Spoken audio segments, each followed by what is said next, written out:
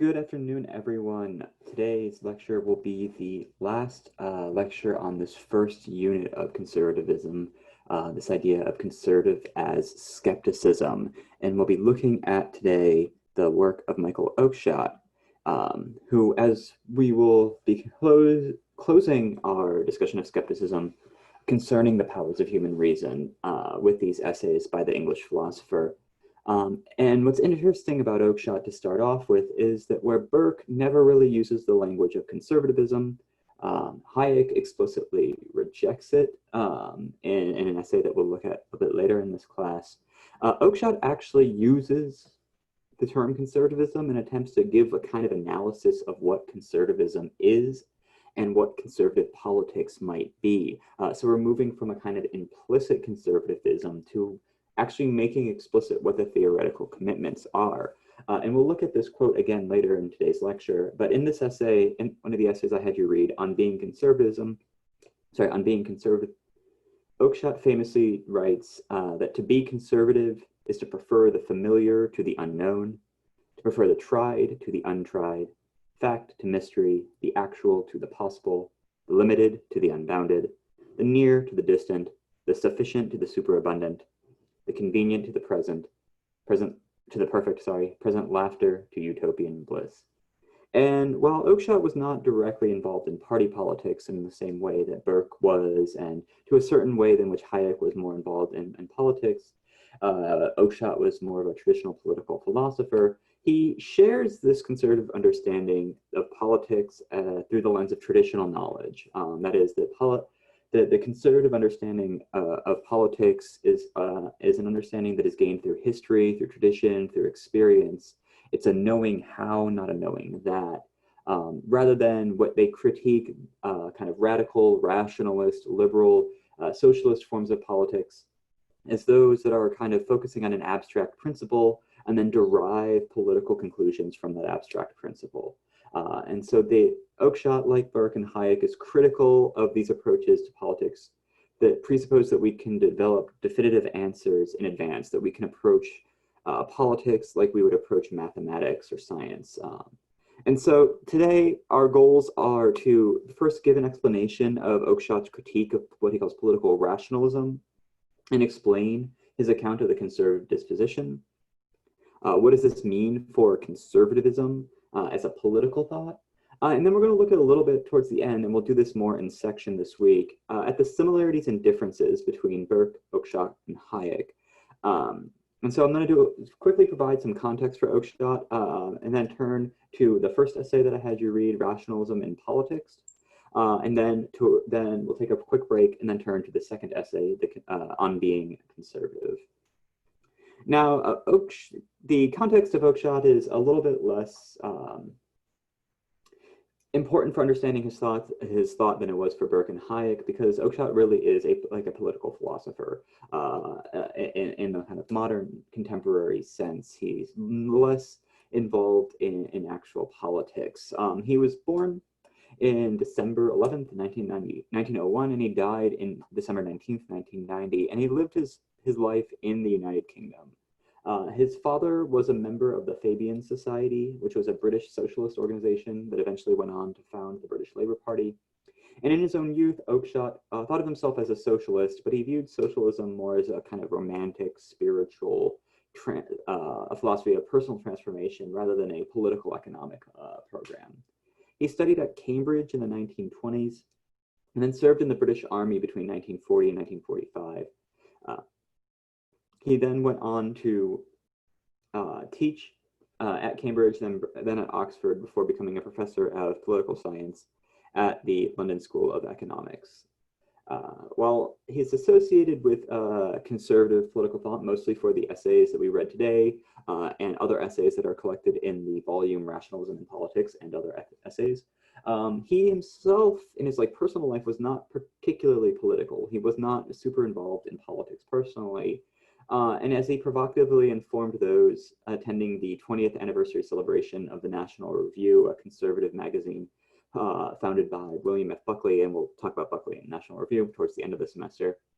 At this celebration, he was asked to give a talk, and he actually writes that the right's differences with the left are not ideological and not really about significant philosophical differences, but they're instead what he called a petty squabble over how the spoils of the state as a corporate enterprise were to be distributed. That, at least in American politics, Oakeshott didn't view the left and the right, the Democratic Party and the Republican Party, as actually embodying significant philosophical differences, but petty squabbles over the spoils of war. As a philosopher, his early work focused on experience, so how we experience the world, how we come to know the world. And he argued that we never really experience the world neutrally or objectively, but we always experience it through a certain mode, or we experience it through a certain kind of framework or mode or lens. And in this book, published in 1933, Experience and Its Modes, was not a political theory, but it did provide kind of this framework that he goes on and to develop later in his writings, including Rationalism in Politics, in which he emphasizes the role of experience rather than kind of abstract reason and abstract rationalism, that became in which the role in which how we experience the world through different dispositions, through different modes. So the conservative disposition is a way in which we experience the world. That we don't, again, this idea is that we don't experience the world objectively, so that we shouldn't think of politics as following these kind of objective scientific laws. And the works in this this collection of essays, Rationalism in Politics, that was published in 1962, made him much more popular. His early work was not super popular. It was not received very well. It wasn't studied much by other philosophers or responded to. But these essays that were written in the 50s and 60s made him much more popular. And his magnum opus on human conduct was published in 1975.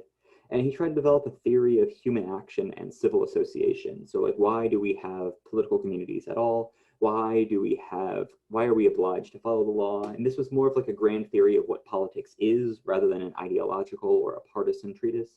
But this was mostly ignored by other political philosophers. People didn't really talk about it or comment on it until well after his death. So it's only more recently that Oakeshott has become a kind of like object of study that political theorists have actually taken to study. So if we're thinking of these two essays from Rationalism in Politics, the titular essay, Rationalism in Politics, and the more popular essay on being conservative, in both of these essays, Oakeshott is critical of approaches to politics that substitute judgment, which, like for Burke, is formed through habit, custom, and history. Judgment is this ability to kind of make decisions informed by kind of general rules based on your habits, based on traditional knowledge, based on history, based on experience working in politics. And he's critical of approaches that substitute that form of judgment for definitive rules, where you're not actually making a judgment, you're just following a formula. Like Hayek, he saw this as a modern phenomenon, as an attempt to abstract away from local needs, customs, histories, and from like the kind of experiential knowledge of people who are actually involved in the political world have, to a kind of philosophical scientific approach to politics. But ultimately, Oakeshott rejects the idea that political theory should be making any sort of prescriptive political positions, that political theory and political philosophy shouldn't kind of tell us how the world should be organized, that he viewed philosophy much more as posing questions that, and this is a quote from On Human Conduct, in which questions are asked not in order to be answered, but so that they may themselves be interrogated with respect to their conditions. And so this idea is that to do political philosophy or political theory for Oakeshott is to kind of make sense and pose questions to what the nature of politics is, not design utopian ideals, not design ideal theories. Politics instead should be left to those who have experience doing politics, to people who are involved in the world, and not to philosophers who study politics abstractly. And part of the flaw of rationalism is that it kind of takes away, it substitutes this like learned experience from years of being involved in the world to a philosophical knowledge. And he defends conservatism and these traditional knowledge as these sources of where we actually develop good political judgment. And the Rationalism in politics, this essay was originally published in 1947 and is in many ways operating as in the same context of Hayek's Road to Serfdom. Both Oakeshott and Hayek were very wary of the increasing mood towards economic planning during the war in Great Britain, and especially worried about a kind of applied scientific mode of thinking to social questions. On Being Conservative was originally a lecture given in 1956, then published in Rationalism in Politics in 1962. And the context for these texts is far less pressing than for Burke and Hayek, as Oakeshott was really writing them from the perspective of a political philosopher. He was reflecting on the nature of conservatism as a kind of concept, rather than responding to specific developments in the world around him. Though obviously you can't escape context, but it's not it's not like the context he was intending to kind of intervene in contemporary political affairs in the same way. So Oakeshott begins this critique of rationalism with an account of the general character and disposition of the rationalist, who he writes on page 6 is the enemy of authority, of prejudice, of the merely traditional, customary, habitual. His mental attitude is at once skeptical and optimistic. Skeptical because there is no opinion, no habit, no belief, nothing so firmly rooted or so widely held that he hesitates to question it and judge it by what he calls his reason. Optimistic because the rationalist never doubts the power of his reason when properly applied to determine the worth of a thing, the truth of an opinion, or the propriety of an action. And so I'm sure that all of you are thinking like, oh, he is clearly targeting people like Kant, people like Rousseau, this Enlightenment tradition, right? That is simultaneously skeptical of traditional knowledge, skeptical of traditional forms of authority, of religion, of custom, of habits, of prejudices, but yet optimistic that human reason, once we can kind of clean out all of these superstitions and habits and traditions that are holding us back, that we can design a more perfect, more rational, more just form of political organization. And so he describes the rationalist ultimately as a kind of problem solver or as a social engineer, that the social world is a big engineering problem, that we can find an efficient solution of using our philosophical theories that are rational, that are built, constructed through human reason. And that this kind of, once we figure out what the problem is and apply our reason correctly, we will figure out the answer, and that's going to solve all of our social and political problems. And the problem for Oakeshott, and I imagine that many of you probably agree with this, is that politics are inherently messy. Oakeshott kind of rejects this idea that we can approach politics through this problem-solving mentality, but he views that, but his argument, his characterization of the rationalist is that it's not that there's a kind of inherent human nature that makes politics messy or something like that, but that we simply haven't found the right theory yet, that we haven't fully cleansed human reason of superstition yet. And so for Oakeshott, this entails, the rationalist approach to politics is for him both one of perfection and uniformity. So what this idea is that there is a right answer to political questions. And once we find that right answer to political questions, it will necessarily be perfect because we'll have resolved we'll have found the answer and can resolve all the political problems like we would resolve our geometry problem. And because there's a right answer, it's going to mean that there's only one right answer, that we can't have equally legitimate but competing opinions or ideologies. One of them has to be wrong and one of them has to be right. And as he summarized on page 10 of the essay, for the rationalist, political activity is recognized as the imposition of a uniform condition of perfection upon human conduct. That rationalism is this idea that we could figure out how to make human society perfect, right? It's this utopian impulse. And for Oakeshott, it's important for him to distinguish between two types of knowledge. And he believes that overlying the distinction between these two types of knowledge is the root flaw of the rationalist approach to politics. So he distinguishes technical knowledge, which can be formulated into specific rules and formulas, and practical knowledge, which is based on experience and can be turned into kind of general heuristics or kind of like habits, but not explicit rules. And he argues that any form of activity requires both forms of knowledge, as he acknowledges on page 14.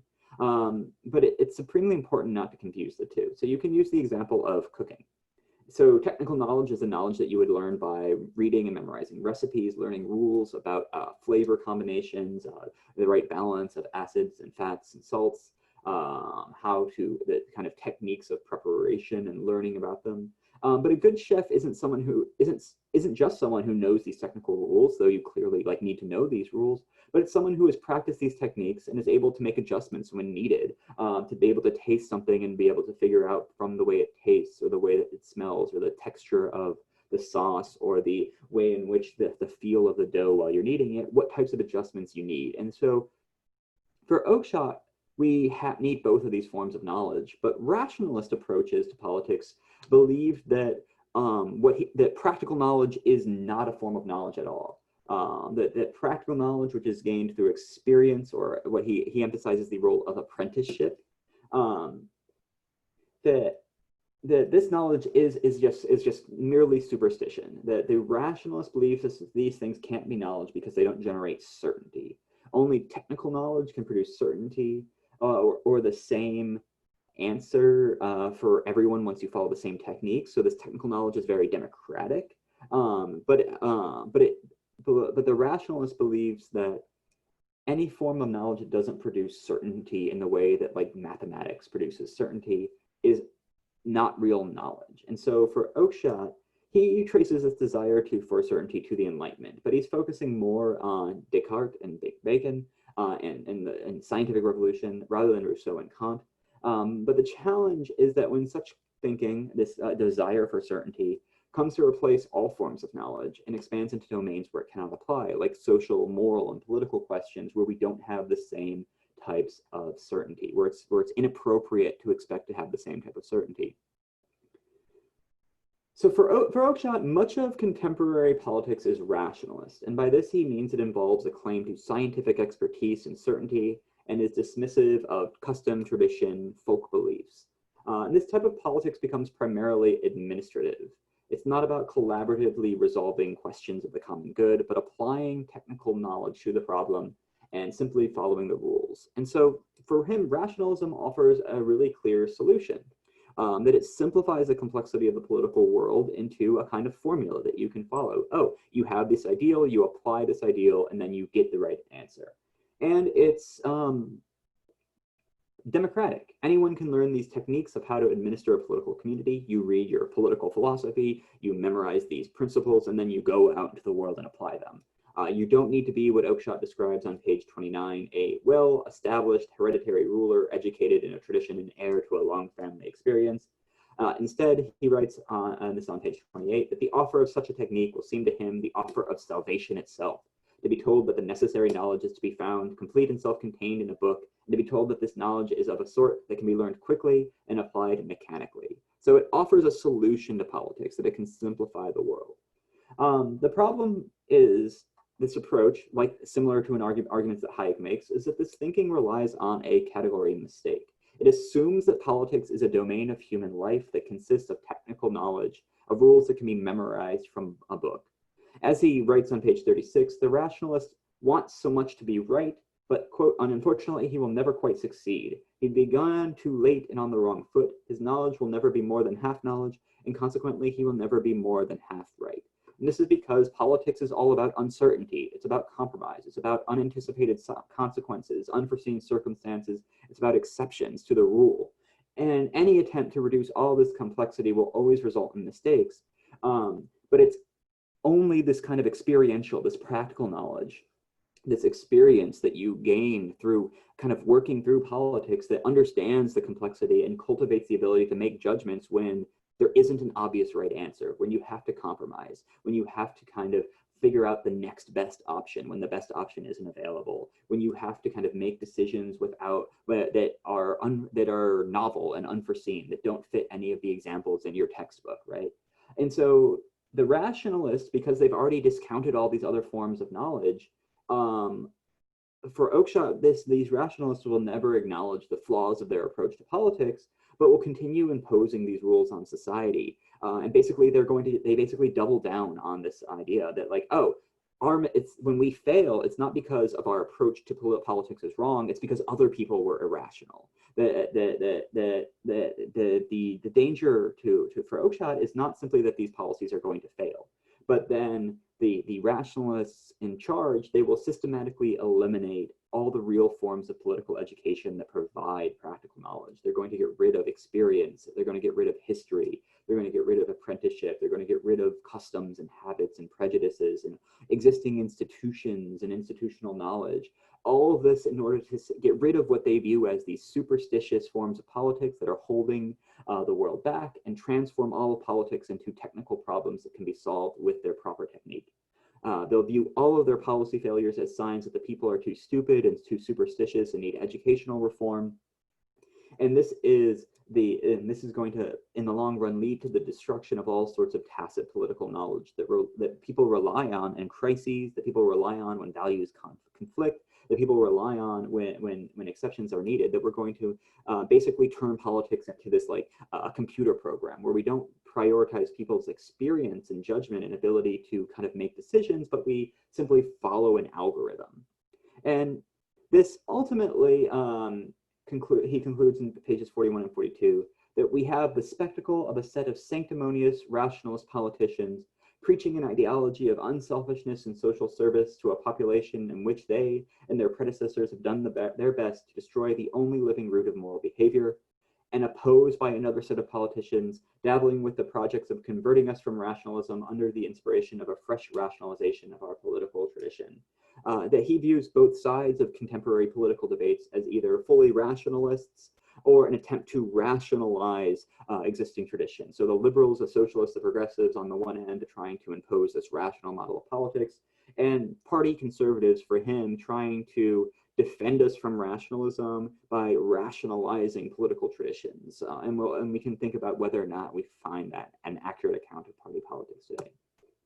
We're going to turn to his essay on being conservative in just a second, but if you need to pause this lecture, take a break, get a snack, have a glass of water, come back to it after you walk your dog, this is a great time to do so.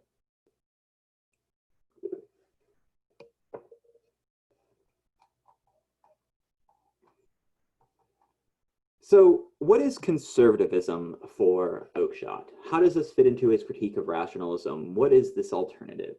And for Oakeshott, he wants us to think of conservatism less as a set of beliefs or values.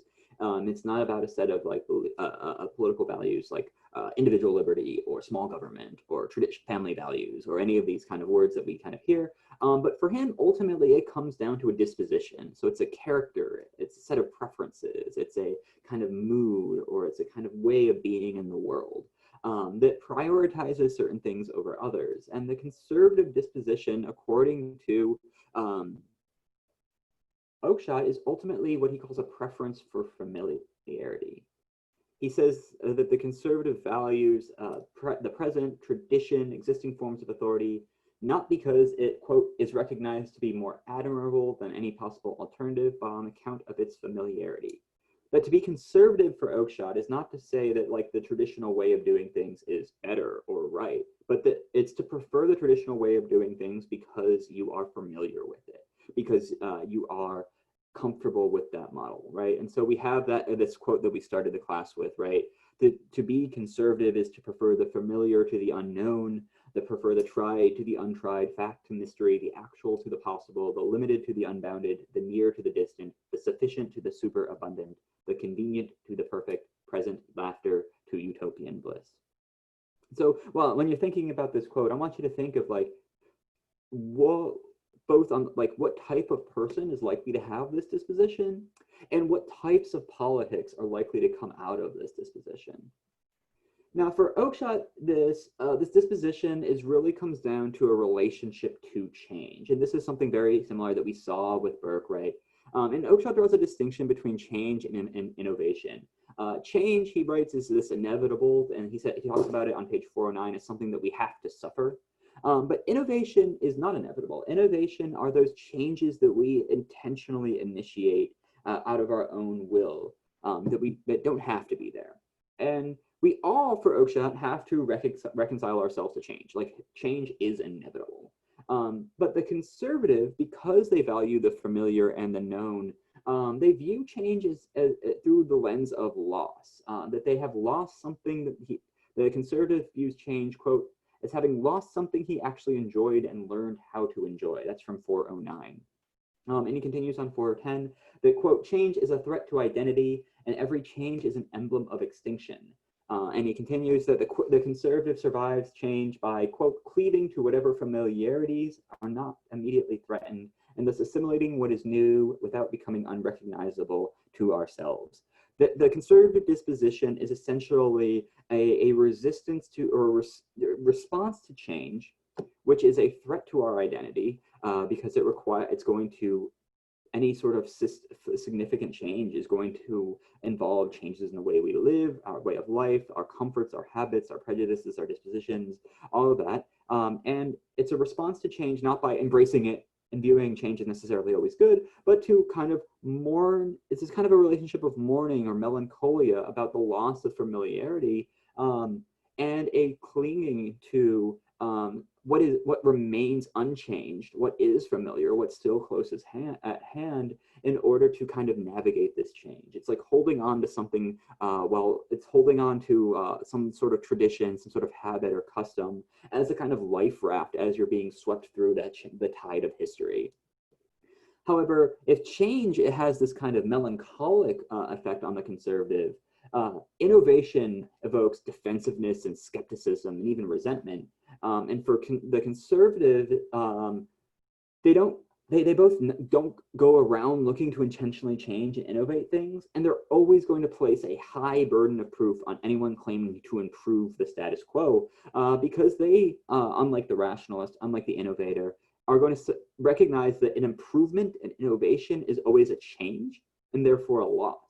And that change has to, for the conservative, bring such significant and important benefits and provide such a clear and obvious sense of benefit to outweigh the loss, that loss of familiarity, that loss of a sense of certainty, of home, of presence, and of fit, to make up for that loss. And because politics is beset by complexity and uncertainty and unintended consequences that we can't control, like once we take action in the political world, we don't know all of the effects of that action. We don't know all of the downstream effects of a piece of legislation or putting one leader in charge of another.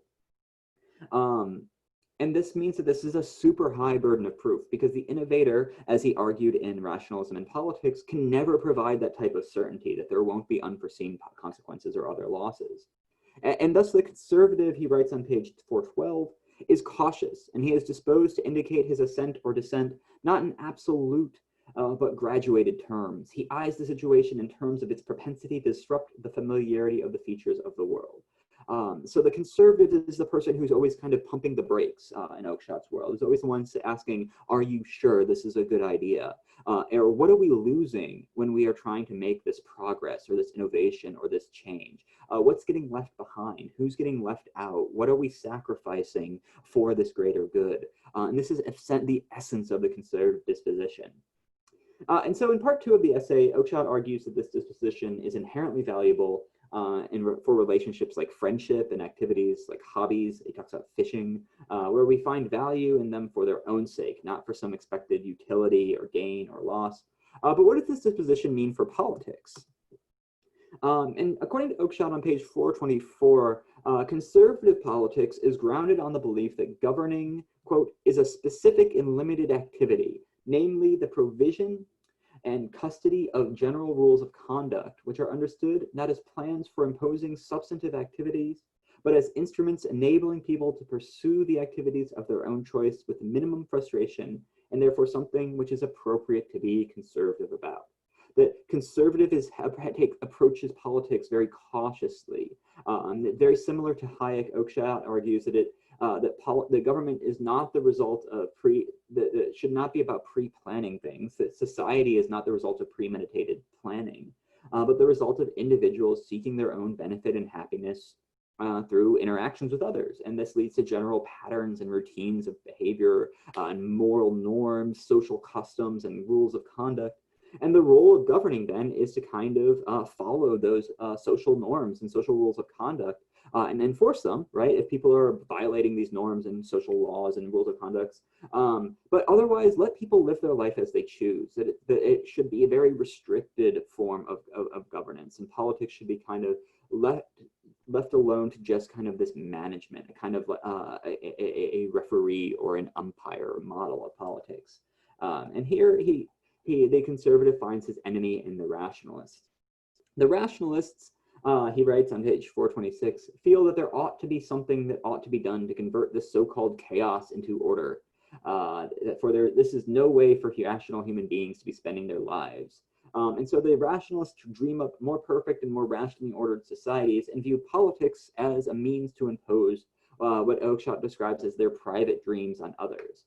But the conservative, in contrast, views the ruler as on page 427, he described the ruler as an umpire. That the goal of governing is not to make the rules, not to produce the new rules, that those rules kind of emerge spontaneously from society, from history and tradition, in a kind of Hayekian model, but simply to administer those rules. That your job is not to try to go around and fix every problem and develop a new society from scratch, but to kind of govern the existing society based on the norms and rules and laws that have already made it work so far.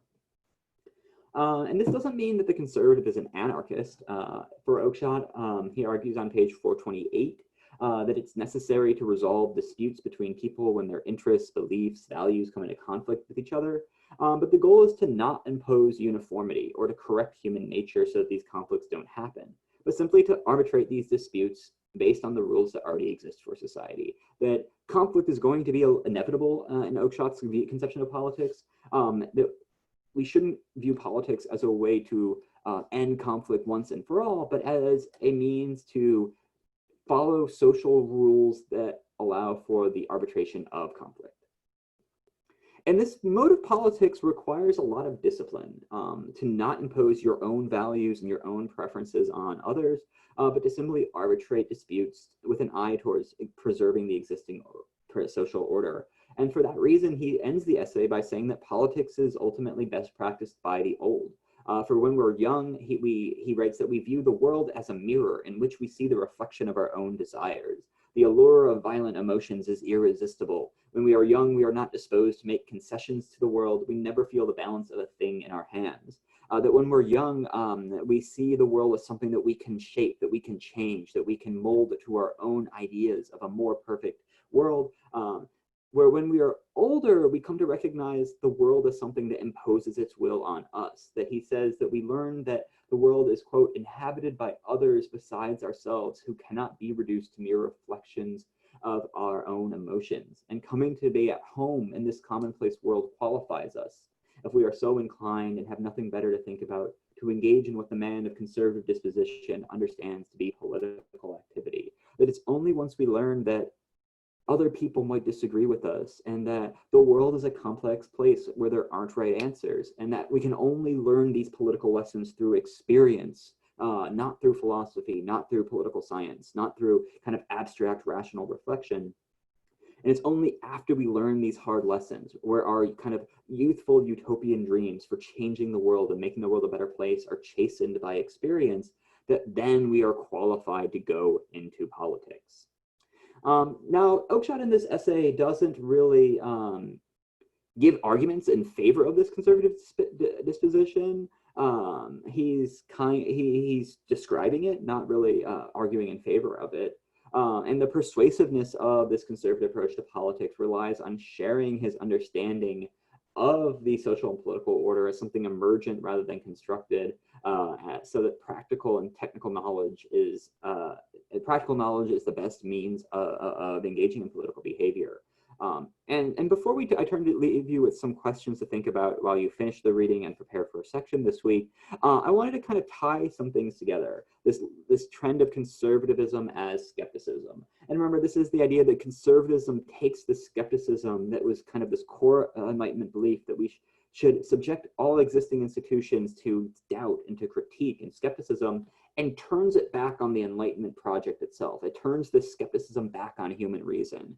And it offers a critique of rationalism, a critique of human reason as being so abstracted from reality for Burke, for trying to impose a kind of a plan on the social order for Hayek, for trying to translate the realm of experience to the realm of formulaic technique for Oakeshott. That in essence, it's trying to show that the Enlightenment project is attempt to kind of tear everything down and rebuild a kind of utopian society in its absence is always doomed to failure and is going to create dangers of violence in its wake, because it's fundamentally misunderstood the nature of politics. And in this kind of strand of thinking, this leads to three kind of political implications I'm going to suggest. First, it's a kind of preference for slow managed change. This is something that we see in all three of the readings, that there's a kind of defensive change, that like, it's not saying that we should never change anything. The conservatism is not saying that we should defend the status quo all the time, but that this change that is inevitable and in many ways good, right? Hayek talks about in The Road to Serfdom about how the world has gotten better, that people have become more and more politically free and equal through the kind of development of economic and political freedom, but that this should be slow and managed and kind of tested out, and kind of, you should always kind of test the waters first before you go too far, in contrast to kind of the need for an immediate revolution or constant innovation. And this entails, this is very explicit in Hayek and Oakeshott, but I think it's implicit in Burke too. The role of government should be relatively limited. It is not, the role of government is not to solve all the problems or to remake human nature, but that the role of government is to kind of manage and maintain the existing social order. It is to kind of arbitrate disputes. It is to kind of manage this change that is inevitable, but it is not to instigate and bring this change about. And that there's a pragmatic respect for existing institutions and authority. That this skeptical line of thinking in conservatism doesn't defend these existing forms of these existing institutions, existing social practices, these existing forms of authority as necessarily right. What we'll turn to next week in the kind of more natural law tradition of conservatism is more willing to make these stronger claims that these are the right way to do things. But for Burke, Hayek, and Oakeshott, that there's a kind of pragmatic defense. That for Burke, right, that these existing institutions maintain social stability.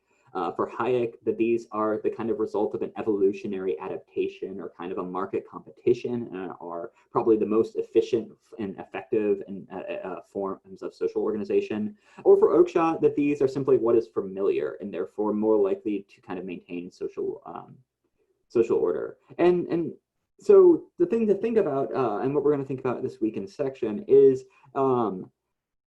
where we see these types of this line of conservative thinking in contemporary conservatism, and how accurate it in what we can learn from this mode of skepticism.